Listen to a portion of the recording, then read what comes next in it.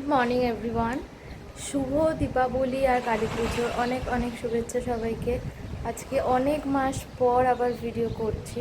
কিছু প্রবলেমসের কারণে এই কটা মাস ভিডিও করতে পারিনি। আসলে আমার ফোনটা প্রবলেম হচ্ছিল, তো সেই কারণে ভিডিও করা পসিবল হচ্ছিল না।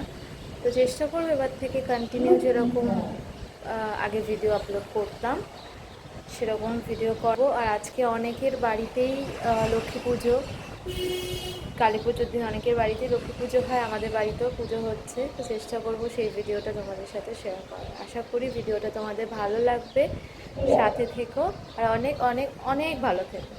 টাটা।